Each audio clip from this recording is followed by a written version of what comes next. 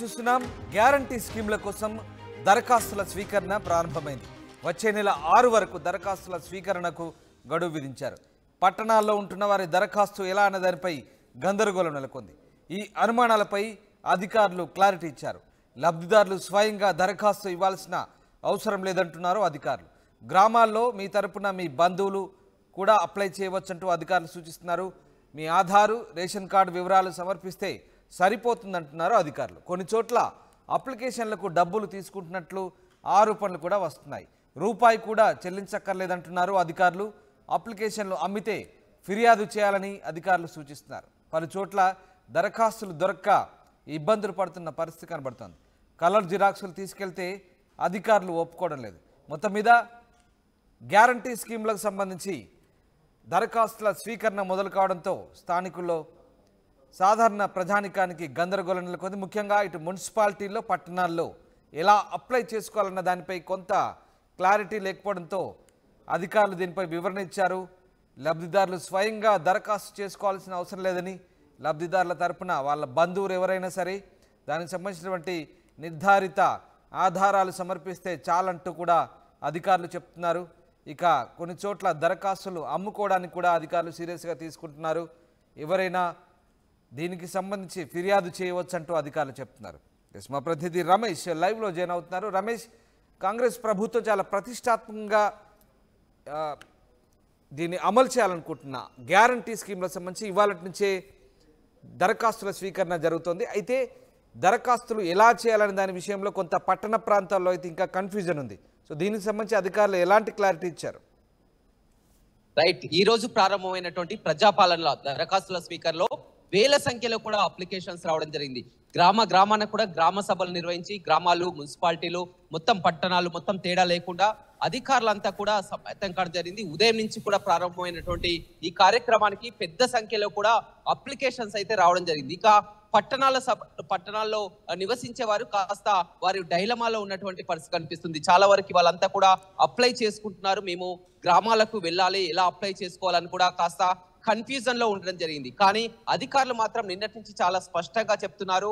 ఎవరైతే ఆ స్కీమ్ ని అప్లై చేసుకుంటారో నేరుగా వారు ఆ గ్రామానికి రావాల్సినటువంటి అవసరం లేదు. కుటుంబాలది కానీ అదేవిధంగా పక్కనే ఉన్నటువంటి స్నేహితుల ద్వారా కానీ వారికి సంబంధించినటువంటి వివరాలు, కుటుంబ సభ్యుల వివరాలు మనం ఉదయం నుంచి కూడా చూడడం జరిగింది. ఆ ఫామ్ లో ఏదైతే ఉందో చాలా క్లియర్ గా అప్లై చేసుకునేవారు ఎవరైతే మామూలుగా ఇప్పుడు ఆ గృహజ్యోతి పథకం కింద 200 యూనిట్ల వరకు కూడా ఉచిత విద్యుత్ ఏదైతే ఉందో ఆ ఉచిత విద్యుత్ దానికి కూడా ఏదైతే మీటర్ నెంబర్ ఉంటుందో ఆ మీటర్ నెంబర్ అక్కడ రాస్తే సరిపోతుంది. అదే విధంగా గ్యాస్ ఏదైతే ఉందో ఆ వినియోగదారులు ఉపయోగిస్తున్నటువంటి గ్యాస్ ఆ నెంబర్ ని కూడా అక్కడ రాయాల్సి ఉంటుంది. దీనికి వారే నేరుగా రావాల్సిన అవసరం లేదని కూడా ఆ కన్ఫ్యూజన్ మొత్తం కూడా సస్పెన్స్ కు పడిందని చెప్పవచ్చు. పట్టణాల్లో ఉండేవారు చాలా వరకు ఆతృతపడుతున్నారు. ఎందుకంటే వాళ్ళంతా కూడా మొత్తం కూడా చూసి వేల సంఖ్యలో అప్లికేషన్స్ రావడం, మేము గ్రామాలకు ఎప్పుడు వెళ్ళాలి, మేము ఎప్పుడు అప్లై చేసుకోవాలని కూడా వారంతా కూడా ఎదురు చూస్తున్నారు. కానీ అదంతా లేకుండా కూడా చాలా సింపుల్ ప్రాసెస్ అని చెప్పవచ్చు.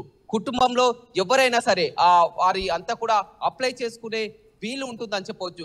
కొన్ని చోట్ల కూడా చాలా వరకు కూడా రేషన్ కార్డులు లేని వారంతా కూడా ఇన్కమ్ సర్టిఫికేట్ తెచ్చుకోవాలి. ఇన్కమ్ సర్టిఫికేట్ ఉంటే కూడా ఇవన్నీ కూడా ఎలిజిబుల్ అవుతుందని కూడా దుష్ప్రచారం చేస్తున్నటువంటి పరిస్థితి కనిపిస్తుంది. ఆ ఇన్కమ్ సర్టిఫికేట్ వెళ్ళాలంటే 200-300 వరకు కూడా ఖర్చు అవుతుంది. వెంటనే ఇన్కమ్ సర్టిఫికేట్ ఇస్తామని కూడా ప్రచారం చేస్తున్నారు. అలాంటి ఇన్కమ్ సర్టిఫికేట్ కానీ ఎలాంటి సర్టిఫికేట్ కూడా అవసరం లేదు. రేషన్ కార్డు ఉన్నవారు రేషన్ కార్డు జీరాక్స్ ఇవ్వచ్చు, లేకపోతే రేషన్ కార్డు లేకపోతే ఆధార్ కార్డు ఉన్నవారు ఆధార్ కార్డు జీరాక్స్ ఇవ్వచ్చు. రేషన్ కార్డు కోసం అప్లై చేస్తున్నామని పెట్టుకోవచ్చు అని కూడా చెప్తున్నటువంటి పరిస్థితి. కొన్ని చోట్ల అయితే అప్లికేషన్స్ మాత్రం అయిపోవడం జరిగింది. కొన్ని బ్లాక్లు కూడా అమ్ముతున్నామంటూ కూడా అక్కడక్కడ కొన్ని చోట్ల డబ్బులకు అమ్ముతున్నట్టు కూడా తెలుస్తుంది. అధికారులు మాత్రం దీనిపై చాలా సీరియస్ గా వ్యవహరిస్తున్నారు. ఎక్కడ కూడా దీన్ని బ్లాక్ లో విక్రయించడం కానీ అమ్మడం కానీ అలాంటి ఏదైనా ఫిర్యాదులు అందితే వెంటనే తమను సంప్రదించాలి, వారిపై చర్యలు తీసుకుంటామని చెప్తున్నారు. కొంతమంది కూడా అప్లికేషన్స్ దొరకక ఆ జీరాక్స్ సెంటర్లకు వెళ్ళి కూడా కలర్ జిరాక్స్ తెచ్చి కూడా అధికారులకు ఇస్తున్నారు. ఆ కలర్ జిరాక్స్ తీసుకోవడం లేదు. ఏదేమైనప్పటికీ కూడా అధికారులంతా కూడా సమాయత్తం కావడం జరిగింది. గత 2-3 రోజుల నుంచి కూడా విరివిగా వీటికే మీటింగ్లు నిర్వహించడం జరిగింది. మంత్రులు కూడా రివ్యూ మీటింగ్లు కూడా నిర్వహించడం జరిగింది. ఇవాళ అన్ని చోట్ల చూసినా కానీ పెద్ద ఎత్తున క్రౌడ్ ఉన్నా కానీ అందుకు అనుగుణంగానే కౌంటర్లను కూడా తెరచడం జరిగింది. ప్రభుత్వం అంతా కూడా సక్సెస్ అయిందని చెప్పవచ్చు. అధికారులంతా కూడా ఎక్కడ వారు టెన్షన్ పడకుండా కూడా వారంతా కూడా చాలా వరకు అప్లికేషన్ ఫిలప్ చేయని వాళ్ళు ఉంటారు. కొంతమంది నేరుగా అక్కడే ఆ కేంద్రంలోనే ఫిలప్ చేసి ఇస్తున్నారు. ఫిలప్ చేయని వారు కూడా అక్కడే ఉన్నటువంటి ఎవరైతే ఉన్నారో ఆ అధికారులే ఫిలప్ చేసి కూడా ఇస్తున్నారు. ఆ ఫిలప్ కూడా చాలా ఎంతో సులభంగా కూడా ఎవరైతే లబ్ధిదారుని పేరే కావచ్చు, అదే విధంగా వారికి అందుతున్నటువంటి పథకాలే చెప్పవచ్చు.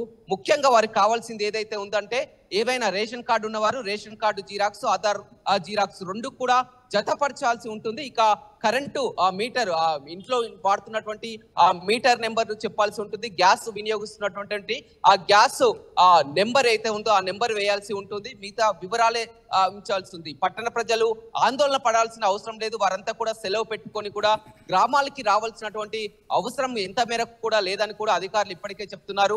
అయితే చాలా వరకు కూడా అనుకుంటున్నటువంటి పరిస్థితి అప్లై చేస్తున్నాం, ఇంకా సమయం అయిపోతుంది అనుకుంటా కోరుతున్నారు. కానీ 6 వరకు సమయం ఉన్నప్పటికీ కూడా ఇది మొత్తం కూడా ఇది నిరంతర ప్రక్రియ. 6 తర్వాత కూడా ఏదైతుందో నెక్స్ట్ మంత్ 6 వరకు కూడా ఈ రోజు నుంచి 6 వరకు కూడా సమయము గ్రామ సభల్లో కూడా తీసుకుంటారు. 6 తర్వాత కూడా వారు నేరుగా మండల కార్యాలయాలకు వెళ్ళి కూడా సంప్రదించవచ్చు. వారంతా కూడా అప్లై చేసుకోవచ్చు. ఎలాంటి టెన్షన్ పడొద్దు, ఆందోళనకు గురి కావద్దు అని చెప్తున్నారు. కానీ కొంతమంది మాత్రం ఈ ఫాములు దొరకలేదని, ఇన్కమ్ సర్టిఫికేట్లు కావాలని రకరకాలుగా ప్రచారాలు చేస్తూ కూడా కాస్త వారిని అంతా కూడా బురిడి కొట్టించే ప్రయత్నం చేసినా కానీ అధికారులు మాత్రం చాలా సీరియస్ గా ఉన్నారు. ఇలాంటి ప్రచారాలు కూడా నమ్మొద్దు. అంతే కూడా నేరుగా అప్లికేషన్ ఫామ్స్ ఇంటికే పంపిస్తున్నాం. ఒకవేళ ఇంట్లో అందని వారు కేంద్రానికి వచ్చినట్లయితే ఆ కేంద్రం వద్దనే వారికి అప్లికేషన్ ఇస్తాం. కావాలంటే అక్కడనే వారి ముందనే ఫిలప్ చేసింటాం, తీసుకుంటాం. రైట్. ఇక్కడ రమేష్, దళారుల పరిస్థితి, దళారులు చాలా చోట్ల అప్లికేషన్లకు డబ్బులు తీసుకుంటున్నట్లు ఆరోపణలు వస్తున్నాయి. అయితే అధికారులు మాత్రం దీనికి సంబంధించి ఫిర్యాదు చేయొచ్చు అంటూ చెప్తున్న పరిస్థితి కనబడుతుంది. సో దీనికి సంబంధించి ఇలాంటి వాళ్ళని ఎట్లా కట్టడి చేసే ప్రయత్నం జరుగుతుంది. ఇక దాంతోపాటు కలర్ జిరాక్స్లు ఇట్లాంటివి తీసుకెళ్తే అధికారులు ఒప్పుకునే పరిస్థితి లేదు. సో అంటే ఖచ్చితంగా ఇంటికి ఫామ్స్ పంపిస్తే ఆ ఫామ్స్ తీసుకొని క్యారీ చేయాల్సి ఉంటుందా, లేదంటే అక్కడ స్థానికంగా వాళ్ళు ఏర్పాటు చేసిన సెంటర్లో వాళ్ళు ఏదైతే వాళ్ళు ఇచ్చినటువంటి అధికారులు ఇచ్చినటువంటి సీక్వెన్స్ ప్రకారమే, ఆ నంబరింగ్ ప్రకారమే దీనికి సంబంధించినటువంటి అప్లికేషన్లు పూర్తి స్థాయిలో సమర్పించాల్సిన అవసరం ఉందా? ఇక్కడ క్లియర్గా చెప్పండి. రైట్. మొత్తం మీద ఈ అప్లికేషన్స్ అనేది కూడా మొత్తం ఈ రోజు ప్రారంభమైంది. 6వ తారీఖు కాబట్టి ప్రతి గ్రామంలో కూడా మండలాల వారీగా, ఎగ్జాంపుల్ మండలంలో ఒక 20 గ్రామాలు ఉండే అంటే ఈ రోజు వరకు కూడా ఒక 10 గ్రామాలు, రేపు ఒక గ్రామం, అలా నిరంతరంగా కూడా వాళ్ళు ఒక డేట్ ని ఇవ్వడం జరుగుతుంది. ఇవాళ 5వ తారీఖు ఒక గ్రామం, 3వ తారీఖు ఒక గ్రామం అని చెప్తున్నారు. అయితే ఏదైతే ఆ డేట్ ఇచ్చారో ఆ ముందుగానే ఆ గ్రామంలో ఉన్న వారందరూ కూడా అప్లికేషన్లు నేరుగా ఇంటికే పంపిస్తున్నారు. ఒకవేళ అప్లికేషన్స్ ఫామ్ లేకున్నా కానీ ఆ సెంటర్కి వచ్చినట్లయితే అక్కడే ఇస్తున్నటువంటి పరిస్థితి కనిపిస్తుంది. కానీ ఇలాంటి ప్రతి కార్యక్రమం చేసినప్పుడల్లా కూడా దళారులు కాస్త బెడద ఉంటుంది. దీన్ని అదునుగా చేసుకొని కొంతమంది దాన్ని క్యాచ్ చేసుకోవాలని చూస్తారు. కానీ అలాంటివేవి నమ్మొద్దు. వారు నేరుగా ఇక్కడికి రావచ్చు. ఇక్కడ అప్లికేషన్స్ ఫామ్స్ ఉంటాయి. బ్లాక్ లో కొనాల్సినటువంటి అవసరం లేదు. ఒకవేళ ఆ బ్లాక్ లో ఎవరైనా ఈ విధంగా అప్లికేషన్ ఫామ్స్ అమ్ముతాం కానీ డబ్బులు చెల్లించాల్సిన కానీ ఈ విధంగా చేస్తే తమకు ఫిర్యాదు చేయాలని అధికారులు చెప్తున్నారు. చాలా వరకు మాత్రం ఇలా అక్కడక్కడ కనిపించినటువంటి పరిస్థితి. కానీ ఈ రోజు మాత్రం అలాంటి ప్రశాంత వాతావరణంలోనే కొనసాగింది. కానీ కాస్త పట్టణ ప్రాంతాల్లో మీరు అన్నట్లు కూడా పట్టణ ప్రాంతాల్లో ఉన్నవారు టెన్షన్ పడుతున్నారు. మేము గ్రామాలకు ఎప్పుడు వెళ్ళాలి, ఎప్పుడు అప్లై చేసుకోవాలని చూస్తున్నారు. కానీ వారు రావాల్సినటువంటి అవసరం లేదు. కుటుంబ సభ్యులకు వారి వివరాలు, ఆధార్ నెంబర్ వివరాలు కానీ, రేషన్ కార్డ్ నెంబర్ వివరాలు కానీ, గ్యాస్ సంఖ్య కానీ, అదేవిధంగా ఇంట్లో ఉన్నటువంటి మీటర్ ఆ వివరాలు మాత్రం వారికి పంపించినట్లయితే వారే లబ్ధిదారుడు రాకున్నా కానీ కుటుంబ సభ్యునికి ఇచ్చినట్లయితే వారే అప్లై చేసుకునే అవకాశం కనిపిస్తుంది. 6వ తారీఖు వరకు కూడా సమయం ఉంది. ఒకవేళ 6వ తారీఖు పూర్తయిన తర్వాత కూడా మండల కార్యాలయాల్లో కూడా అప్లై చేసుకోవచ్చు. దళారులని నమ్మొద్దు. ఈ విధంగా క్యాస్ట్, ఇన్కమ్ సర్టిఫికేట్లు కూడా ఇలాంటి సర్టిఫికేట్లు కూడా అందించాల్సినటువంటి అవసరం లేదని కూడా అధికారులు ఎప్పటికప్పుడు మాత్రం చెప్తున్నటువంటి పరిస్థితి అయితే నెలకొందని చెప్పవచ్చు. Right. Thank you very much Ramesh. Thanks for the update.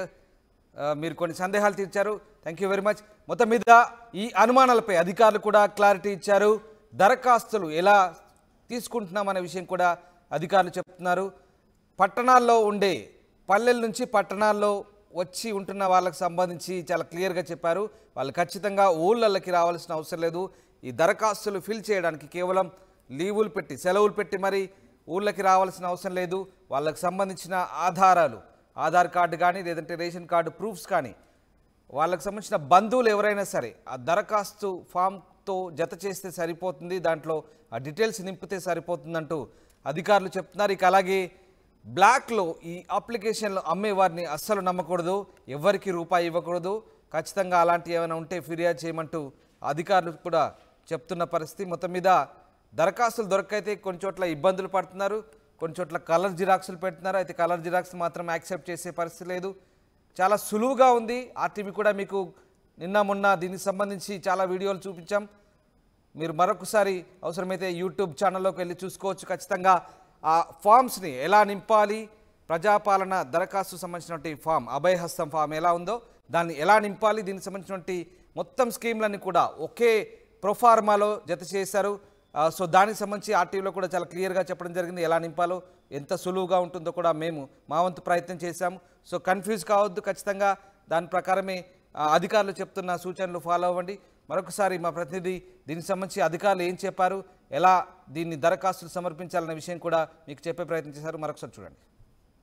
ప్రజాపాలనలో దరఖాస్తులు వెలువెత్తున్నాయి. మొత్తం గ్రామ పంచాయతీలో అదేవిధంగా రూరల్లో ఎక్కువగా ఆ గ్రామ సభలు ఏర్పాటు చేసి కూడా దరఖాస్తులు స్వీకరిస్తున్నటువంటి పరిస్థితి కనిపిస్తుంది. పెద్ద ఎత్తున మహిళలు బారులు తీరినటువంటి సిచ్యువేషన్ మనం చూస్తున్నాం. ఉదయం 8 గంటలకు ఈ కార్యక్రమం ప్రారంభమైంది. 10 రోజుల పాటు కూడా ఈ కార్యక్రమం ఉంటుంది. కాంగ్రెస్ పార్టీ గతంలో ఏదైతే హామీ ఇచ్చిందో ఆ హామీలన్నీ కూడా నెరవేర్చేందుకు కూడా ఇవాళ గ్రామ సభలు నిర్వహించి కూడా ఈ విధంగా దరఖాస్తులు స్వీకరిస్తున్నారు. అంతా కూడా పెద్ద ఎత్తున మనం క్యూ లైన్లు కూడా చూస్తున్నాం. ఎక్కువగా మహిళలు వచ్చి వారికి మహాలక్ష్మి పథకం కింద, అదేవిధంగా గృహజ్యోతి పథకం, అదేవిధంగా అర్హులు ఎవరైతే అర్హులు ఉంటారో అన్ని కూడా వారు దరఖాస్తు చేసుకుంటున్నటువంటి పరిస్థితి చూస్తున్నాం. చాలా వరకు చూడొచ్చు, మొత్తం కూడా మహిళలు క్యూ లైన్లో ఉండి కూడా వారు ఇస్తున్నటువంటి సిచ్యువేషన్ చూస్తున్నాం. వారంతా ఎక్కువగా మహాలక్ష్మి పథకం కింద ప్రతి నెల 2500 ఆర్థిక సాయం కానీ, 500 రూపాయల గ్యాస్ సిలిండర్ కానీ ఇల్లు లేని వారు ఎక్కువగా దర్శనమిస్తున్నారు. గతంలో చాలా వరకు ఇందిరమ్మ ఇల్లు అనేది గతంలో ఉండేవి, మళ్ళీ ఇప్పుడు ఇళ్ల పథకం వస్తుందని కూడా ఆశాభావం వ్యక్తం చేస్తున్నారు. చెప్పండి, మీరు దేనికోసం దరఖాస్తు చేసుకున్నారు? మా బాబుకి పింఛన్ వచ్చి ఆగిపోయింది. ఇప్పుడు 11 నెలల నుంచి బాధపడుతున్నాం. అదే అప్లై చేసినాం. మేము మాకేం భూములు ఇండ్లు ఏం లేవు. దాని గురించి వచ్చి మేము దరఖాస్తు చేసినాం. పింఛన్ 2500 గురించి దరఖాస్తు చేసినాం. అట్లా చాలా మేము పేదరికంలో ఉన్నాము. చేయాలని ఇప్పుడు 2 గంటలు 3 గంటల నుంచి వచ్చి నిలబడ్డాం. ఇక్కడ భరోసా ఇస్తున్నారు కదా కాంగ్రెస్, వస్తుందని నమ్ముతున్నాం. చెప్పిరు. దానివల్ల మేము కూడా ఫామ్ నింపి ఇస్తున్నాం. మరి ఇచ్చిరు అదే అనుకుంటున్నాం. మేము కూడా ఇండ్లకి పింఛన్కి 2500 దానికోసమే వస్తుందని అనుకొని ఫామ్ ఫిల్అప్ చేసి ఫామ్ మీరే ఫిల్అప్ చేశారా? చేసినాం సార్. అవును కానీ మరి సార్, మరి ఇప్పుడు గ్యాస్ సిలిండర్లు గవర్నమెంట్ నుంచి వచ్చే వాళ్ళకే ఇస్తా అంటారు, మరి మాకెందుకు ఇయ్యరు? మేము సొంతంగా కొనుక్కున్నాం కదా సార్. అలానే ఏం లేదమ్మా, గ్యాస్ కార్డు నెంబర్ మీరు రాసి ఇచ్చారు? ఇప్పుడు రాసినాం వస్తాయి. మరి మాకు కూడా ఇస్తారంటే ఏం లేదు, కానీ మళ్ళీ అందరూ ఒకరికి ఉన్నాయి ఒకరికి లేవంటే అందరికి బాధ అవుతుంది కదా సార్. మాకు ఇల్లు లేదు సార్, ఇల్లు కావాలని మేము అనుకుంటున్నాం సార్. ఇస్తాడు అయ్యాడు అని నమ్మకం మీద ఉన్నాం. అది ఇక మేము ఓటేసి గెలిపించినాం. మాకు ఇల్లు కావాలి, మాకు పిల్లలకి ఏం లేదు, మాకు భూమి కూడా లేదు, గుంట భూమి కూడా లేదు. నాకు పింఛన్ అయితే వస్తుంది. ఇప్పుడు అవన్నీ చేయడానికి ఇవన్నీ కూడా దరఖాస్తులు దరఖాస్తులు ఇస్తున్నాం. అవన్నీ చేస్తానికి దరఖాస్తులు ఇచ్చినాం. మాకు ఇల్లు కావాలని. ఇల్లు లేదు. గతంలో మీకు ఇల్లు ఉన్నారు సార్, ఇద్దరు లేదు సార్. మాకు పెంకటిల్లు కిరాయిలకు ఏం లేదు, జాగా ఉన్నది కానీ గింత. చూడొచ్చు, మహిళలకు ఇట్లయితే ఎంతో ఆశ పెట్టుకున్నటువంటి పరిస్థితి కనిపిస్తుంది. గతంలో ఏదైతే హామీలు ఇచ్చారో ఆ హామీలన్నీ నెరవేరుతాయి అనుకుంటున్నారు. పెద్ద మొత్తంలో కూడా దరఖాస్తుల స్వీకరణ అయితే కొనసాగుతుంది. వారు పూర్తిగా ఇచ్చిన తర్వాత వారికి ఏదైతే రిసిప్ట్లను కూడా వెంటనే అందజేస్తున్నటువంటి ప్రక్రియను కూడా మనం చూస్తడం జరుగుతుంది. వారు తీసిన తర్వాత వెంటనే ఏదైతే ఉన్నదో వారు ఫామ్ ఫిలప్ ఇచ్చిన తర్వాత వారికి సైన్ చేసి దరఖాస్తులు ఇస్తున్నారు, సైన్ చేసి కూడా ఇస్తున్నారు. ఎక్కువగా ఇల్లు లేని వారే దర్శనమిస్తున్నటువంటి పరిస్థితి కనిపిస్తుంది. ఇల్లు లేవు. అదేవిధంగా గృహజ్యోతి పథకం కింద 200 యూనిట్ల వరకు ఏదైతే ఉచిత విద్యుత్ ఉందో అది, అదేవిధంగా మహిళలకు నగదు 2500 నగదు ఎక్కువగా ఇవే సంఖ్యలో కూడా వస్తున్నాయి. మనం పెద్ద ఎత్తున క్యూ లైన్లో కూడా చూస్తున్నాం. వారికి ఇలాంటి ఇబ్బందులు తలెత్తకుండా కూడా అన్ని ఏర్పాట్లు కూడా పూర్తి చేయడం జరిగింది. మొత్తం కూడా ఎక్కువ సంఖ్యలో కూడా ఎక్కడక్కడ కౌంటర్లను కూడా ఏర్పాటు చేసి అన్నటువంటి పరిస్థితి అయితే కనిపిస్తుందని చెప్పవచ్చు. మొత్తం అన్ని ఉమ్మడి జిల్లా వ్యాప్తంగా కూడా ఉదయం 8 గంటల నుంచి ఈ కార్యక్రమం కొనసాగింది. 12 గంటల వరకు కూడా కార్యక్రమం కొనసాగుతుంది. మళ్ళీ మధ్యాహ్నం తర్వాత కూడా 2 గంటల నుంచి ప్రక్రియ మొదలవుతుందని చెప్పవచ్చు. ఇప్పటికే చెప్పడం జరిగింది, ఇది 6వ తారీఖు వరకే కాదు, ఇది నిరంతరం ఉండే ప్రక్రియ. 6 తర్వాత కూడా వారు మండల ఆఫీసులోకి వెళ్ళి కూడా దరఖాస్తు చేసుకోవచ్చు అని కూడా చెప్పడం జరిగింది. చాలా సింపుల్ గా మాత్రం కనిపిస్తుంది. ఏంటంటే వచ్చిన వారు కూడా పెద్దగా ఎలాంటి ఇబ్బందులు తలెత్తకుండా కేవలం ఒక ఫామ్ ఉంటుంది. ఆ ఫామ్ లో వారి పూర్తి వివరాలు రాయాల్సి ఉంటుంది. వారు వెంట తెచ్చుకున్నటువంటి ఆధార్ కార్డు కానీ రేషన్ కార్డు కానీ ఉన్నటువంటి దాని ఆధారంగా కూడా ఇక్కడే ఫామ్ ఫిలప్ చేస్తున్నారు. చాలా సింపుల్ గా వచ్చినటువంటి వారికి చాలా వరకు నిరక్షరాస్యులు ఉంటారు, వారికి అవగాహన లేదు కాబట్టి ఇక్కడికే కౌంటర్ని ఏర్పాటు చేసి వారి పేరు వివరాలు తీసుకొని అదేవిధంగా వారు ఈ గృహజ్యోతి పథకం ఏదైతుందో ఇది కరెంటు వారి యొక్క మీటర్ నెంబర్ ఏదైతుందో ఆ మీటర్ నెంబర్ని అదేవిధంగా గ్యాస్ కోసం వారు ఇప్పుడు ఉపయోగిస్తున్నటువంటి గ్యాస్ కార్డు ఏదైతుందో ఆ నెంబర్ని అన్ని కూడా నెంబర్ల వారీగా కూడా చేస్తున్నటువంటి పరిస్థితి అయితే కనిపిస్తుంది. మొత్తం పెద్ద ఎత్తున కూడా ఈ ప్రక్రియ అనేది మొట్టమొదటిసారిగా కాంగ్రెస్ ప్రభుత్వం ఏర్పడ్డాక ప్రజాపాలన కార్యక్రమం కాబట్టి అంత ఒక పండుగ వేడుక కార్యక్రమాన్ని అయితే నిర్వహించడం జరిగింది. అన్ని నియోజకవర్గ కేంద్రాల్లో ఎమ్మెల్యేలు విస్తృతంగా అన్ని గ్రామ సభలకు వెళ్తున్నారు. వారి ఉన్నటువంటి ఆ స్కీమ్లను కూడా మహిళలతో మాట్లాడడం, వారి నుంచి దరఖాస్తులు కూడా స్వీకరిస్తున్నటువంటి పరిస్థితి కనిపిస్తుంది. ముందుగా ఒక 2-3 రోజుల నుంచి వీరికి అవగాహన కార్యక్రమాలు నిర్వహించడం, అదేవిధంగా మంత్రులు రివ్యూ మీటింగ్ పెట్టుకోవడం, ఇవన్నీ కూడా అన్ని ఏర్పాట్లు చేసి ఏర్పాట్లకు అనుగుణంగా కూడా మొత్తం ఒక కార్యక్రమం అయితే ఎంతో ఉత్సాహంగా అయితే కనపడుతున్నటువంటి పరిస్థితి నల్గొండ జిల్లాలో కనపడుతుంది.